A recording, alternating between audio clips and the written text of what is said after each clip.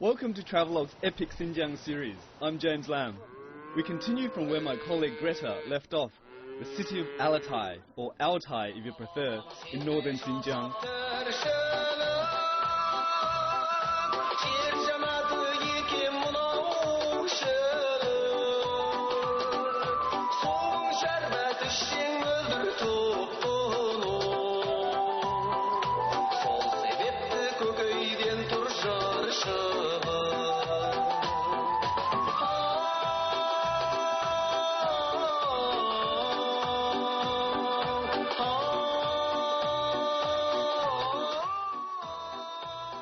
As luck would have it, the annual Aachen Tangchang, a folk music event, is being held on the grassland an hours to the north. More than music, this is an extravaganza of Kazakh culture and tradition. There are competitions galore, cow milking, and lots more. It's our great good fortune that one of the star performers will show us around. It's fitting that this event is held here. Kazakh nomads have been herding sheep and cattle in this region for over 2,000 years, moving annually between summer and winter pastures. The nomadic traditions have led to speculation that the name Kazakh might be derived from a word meaning to wander.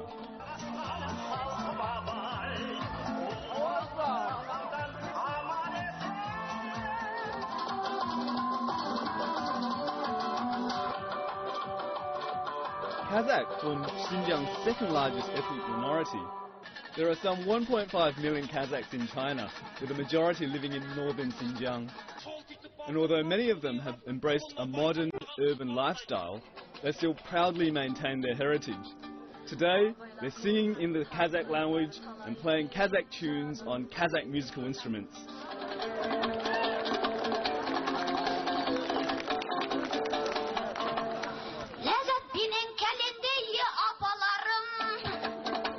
It's not surprising that this event has brought these Kazakhs together, since the soul of the Kazakh people, so it's said, is best expressed in their traditional folk music.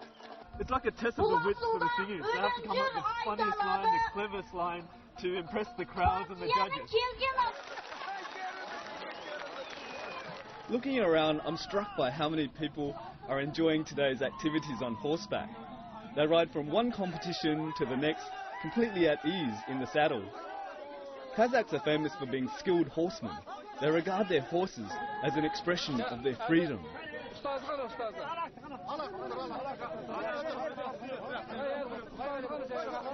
A star on the grasslands. Everyone wants to get a piece of this champion. I have to shake his hand. What an introduction to Kazakh culture.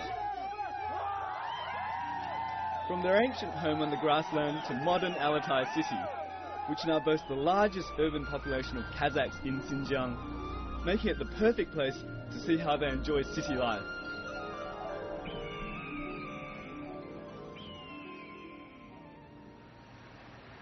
It's the middle of summer, but Altai city is surprisingly cool, except for the sun rays. Oh, I've loved walking around the city along the green spaces and just breathing in the clean fresh air. So nice. Besides its Kazakh heritage, this region has been renowned for something else since ancient times. Gold. In fact, Altai means mountain of gold. Surprisingly, This particular mountain of gold is an attraction for skiers. If you plan to come, book your hotel and flights early. Tourists flock here in the summer to enjoy the cool weather and in winter for the snow.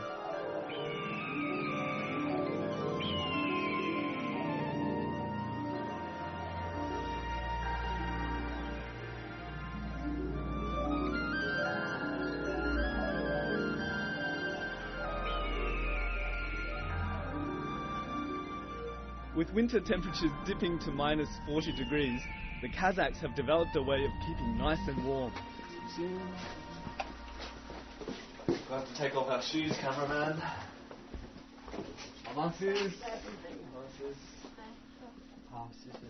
Felt rugs are really important to the Kazakhs, and every Kazakh family have these rugs, felt rug, all over their floor to keep them warm.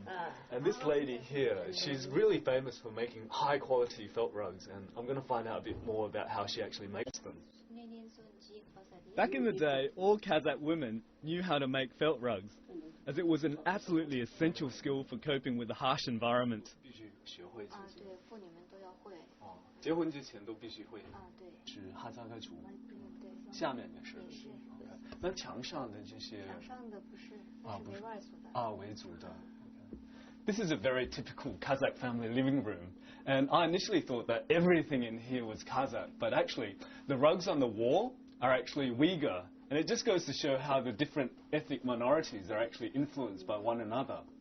And the two things here, which are extremely important Kazakh items, are actually the felt rug, which are actually put on the floor and on the bed to keep the house warm. And then over there, that's the bride's embroidery, and she does that before she gets married. And they're all made differently as well. So when it comes to the felt rug, I have no idea how actually they put these two colours together. You want to guess how they do it? It's your face. Right, mystery solved. I initially thought that what they did was they put the colours one on top of the other and then sewed it together. But actually what they do is they draw the pattern first, and then they cut out the pattern, dye it, and then put it back here and then sew it together. So that the finished product is actually level, so there's no bumpy bits, so that when you're sitting down or lying down, it's really comfortable. Very nifty stuff. The Kazakh nomads would make felt rugs with wool from their own herds. Kazakhs living in the city today still buy felt rugs. It's their way of keeping this time-honoured tradition alive. Embroidery is another important expression of Kazakh cultural identity. Now, living in the city, they have machines to help them produce enough to keep up with demand. It's tradition and modernity woven together. And the patterns on them tell a story too.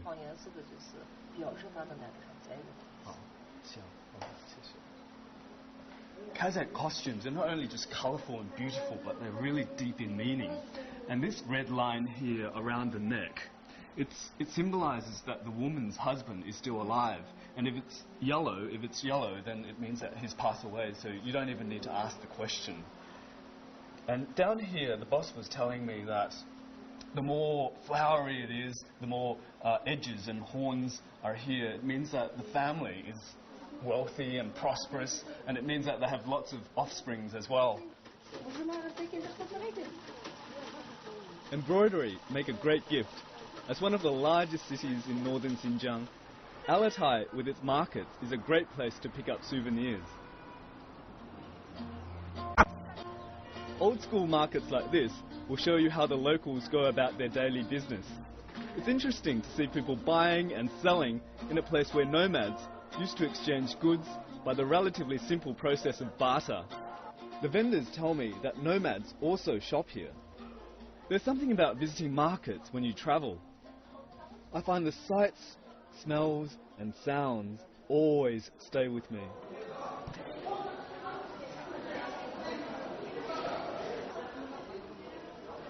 The best thing about this market is it feels just so local.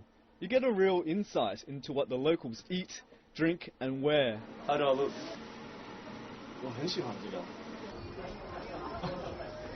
What do you think of this?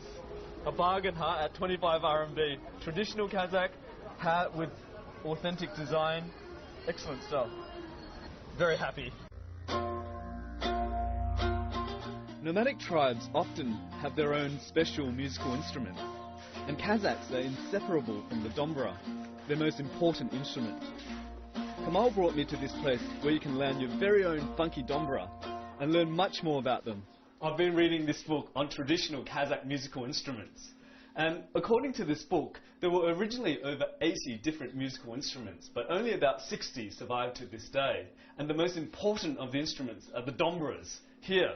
And every Kazakh is actually expected to know how to play it, and they come in all sorts of different shapes and sizes. Hey, 这个是什么样的 dombra? 这是掌部 dombra. Okay. 哈萨克族最常用的 dombra. Ah, okay. So this is the most common and popular types of dombra, okay? And you can find this everywhere and in every house, and it's played in a lot of special events. Kamal is a professional dombra player. See? 哎，这个怎么会有两个那个头啊？这是双头 dombra. 这上面是低音，下面是高音。Okay. So this is a double neck dombra, and the neck at the top is actually the low tone, and the neck at the bottom is the high tone. I wonder what Kamal is going to come up with next. She's full of surprises. Wow, even the shape's fascinating. 这个是什么形状的？天鹅 dombra. 啊，为什么是天鹅 dombra？因为天鹅在我们哈萨克族里面最神圣的动物，最崇拜天鹅。Ah, okay. I don't think this is finished yet, but it's actually the swan dombra. Can you see? This is the head, this is the neck, the body here, and the wings. Quite a lot of fun. According to local folklore, a swan rescued a shepherd caught in a storm. The swan then turned into a beautiful lady, they married, and together produced children who became the first Kazakhs. The owner of the Dombra workshop invites us back to his place.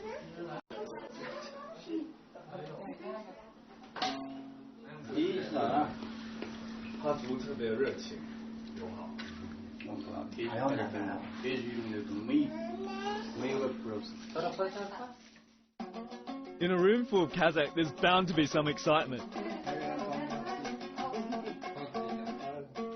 Obviously, everyone can play.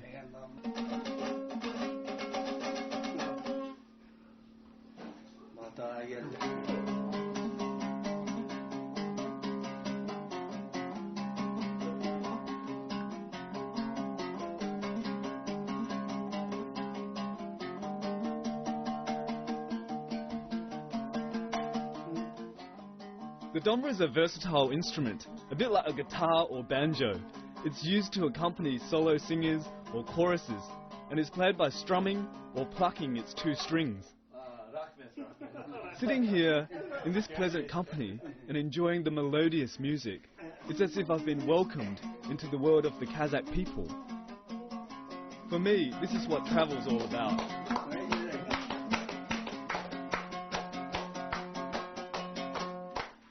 Oh, it's officially my turn now. The moment I've been dreading. Oh. Obviously, I'm not a Kazakh. Okay, I'm officially hopeless at this. Gonna put it down.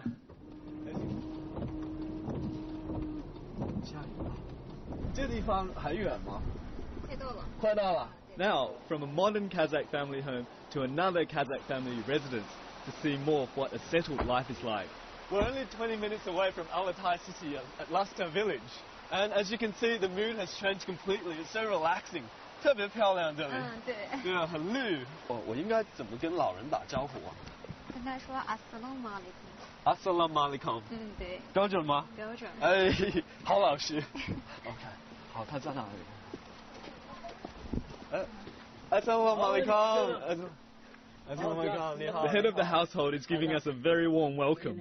It's the nomadic tradition in this part of Asia to welcome guests with hot milk tea and snacks like their famous cheese and other dairy produce. 以前是不是在牧场？不是제일로작다 떨던 거.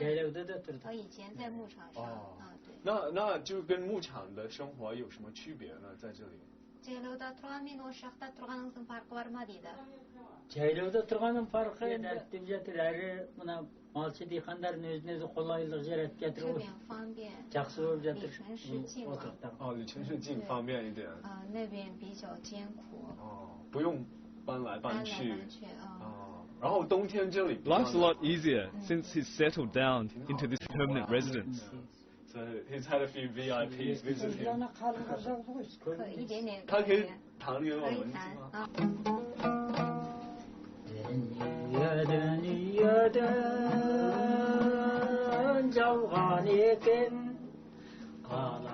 一起唱吗？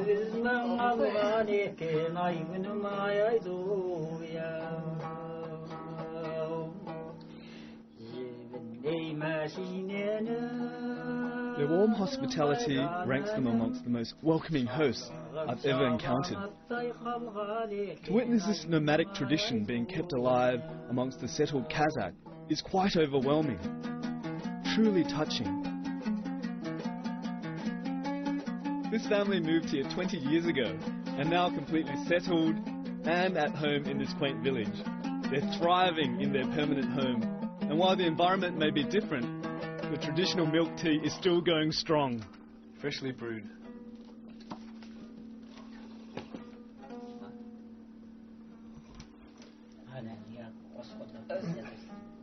Locals prefer to add butter to make it smoother, hot and energizing. We've just had a few bowls of milk tea, and now, while we're waiting for our lunch, we're berry hunting. Look, this is called wild grapes. 很好吃这个东西。哇，您有多少啊？哦，啊，Yeah, straight to dessert. 一个小时就能吃了。啊，香。I'm salivating already. As we wait for lunch, I take a snoop around. Altai is famous for its heavy winter snow, and I find just the tool for dealing with it. Here we have it, the final product, the traditional Kazakh skis. They've really cleverly made use of the natural flow of the horsehair. So as you can see, the natural flow is like this, really smooth. So when you're going downhill, you can go as fast as you want, okay? And when you're going uphill, the opposite direction of the hair creates resistance. So you're not afraid of skiing backward. Very clever. This is the ski poles. Instead of having two ski poles, which we use these days, they have this huge stick. And what they do is when they're going downhill, they dig this into the snow to create resistance so that they control their speed going down. Very handy stuff. I love it. And there's more to see. For centuries, the Kazakhs, as nomads, lived in these felt houses. And these were designed especially for the environment and their lifestyle. And they can be packed up and moved on horseback in a matter of hours. Let's come in and have a look. What do you think? Pretty open, huh?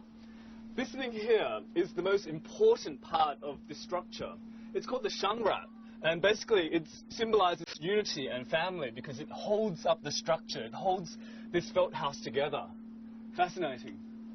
And you know, although they have a permanent house just to the side, they still use this because, as they say, classic architecture never go out of style. And looks like lunch is ready. Before we eat, Grace is said to give thanks for the food we're about to enjoy and to welcome us. Now to the part we've really been waiting for, the piece of boiled mutton. He's carving out a piece of the goat's face. It's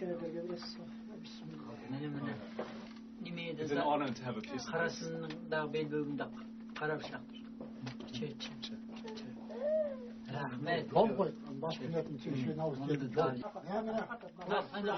So soft and tender, delicious. Mutton is a staple part of the diet here. Eating certain parts of the animal carries a specific meaning. So what just happened was this man here, he cut off the sheep's ear and gave it to this little girl because she's the youngest member of the family, and it's supposed to mean that she should listen and be obedient. The meat is simply boiled in water with a bit of seasoning until it's tender. It's traditionally eaten with bare hands, as we're demonstrating.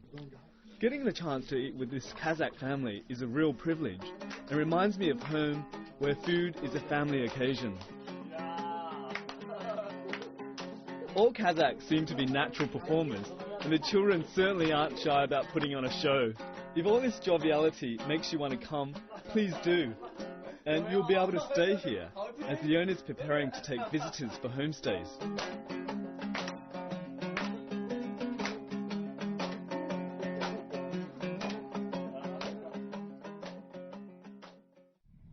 It's a nice summer's day. However, we're going to see a prehistoric treasure that shows what people do on a cold winter's day.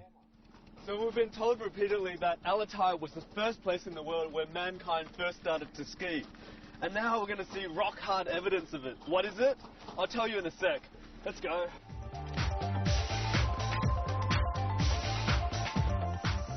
We're about to see a powerful demonstration of the genius of Altai's prehistoric people, who managed to take the snow in their stride.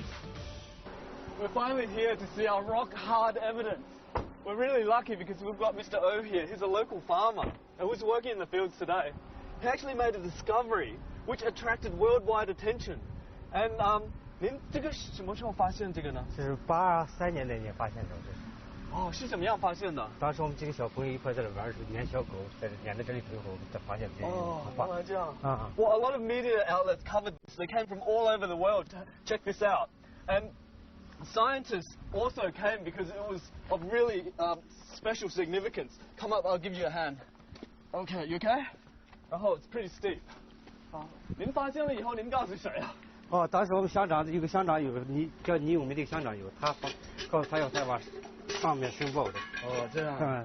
那您是在这里看护这个吗？啊，主要是看护现在。啊，行，您先走。It's pretty narrow. You going first?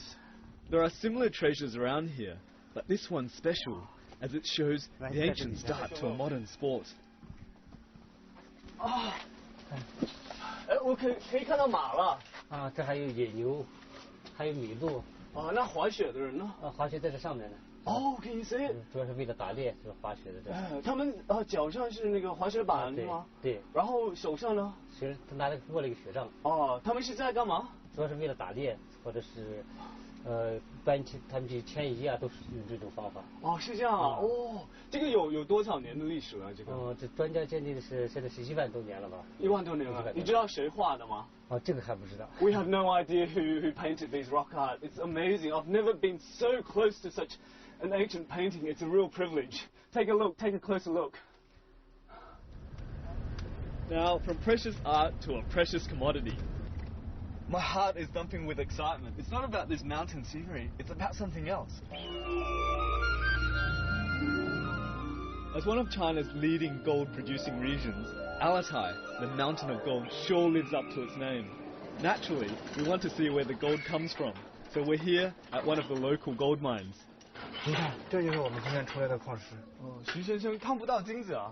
啊，这个不能就直接看到金子。哎，工人给我拿一下这个矿石标本。我们这个矿石经过清洗以后，就是现在这个样子。哦，这样，这个上面的黄黄的是金子吗？啊，不是，这是黄铜矿。这金子和这黄铜矿伴生，我们要经过选矿和冶炼，最后才能出来金子。啊，这样。I can't believe it. This stone, once it's processed and cleaned, it turns into gold. Wow.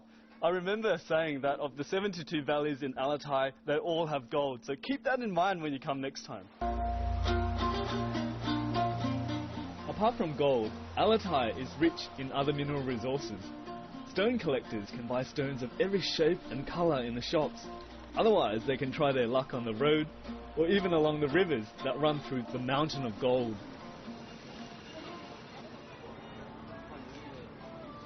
See how it's pretty light? It's already 9 p.m. in Xinjiang. The summers here are really long. The summer days are quite long, so it gets dark really late. We've had a really long day and I'm dying for a drink. Xinjiang is extremely famous for its dairy products, especially Altai. And this area, although it looks pretty simple, it makes some of the best yogurts in town. So we're all going to have a go.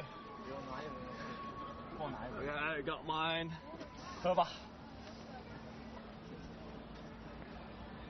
Oops, forgot the sugar.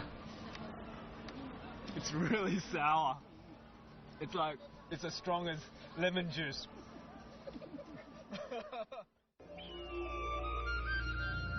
Our stay here in Altai City has been jam-packed with activities. From the excitement on the grassland, to the eye-opening home visits, to some magnificent rock paintings, Altai has got so much to offer. What's more, it feels immensely welcoming. And I can see why many Kazakhs have chosen to live here. I just wish we had more time to take it all in. Oh, bye-bye. Bye-bye. Hush, hush. Before coming here, Altai has always held a mysterious allure to me. After spending the past week here, I live with bucket loads of memories. And the Kazakhs, I'll never forget their warm-hearted people and their entrancing culture. And on the next episode, though, we're going to Lake Kanas to hopefully see the monster there. So remember to tune in next time. Okay, I'm James Lamb. Thanks for watching Travelogue.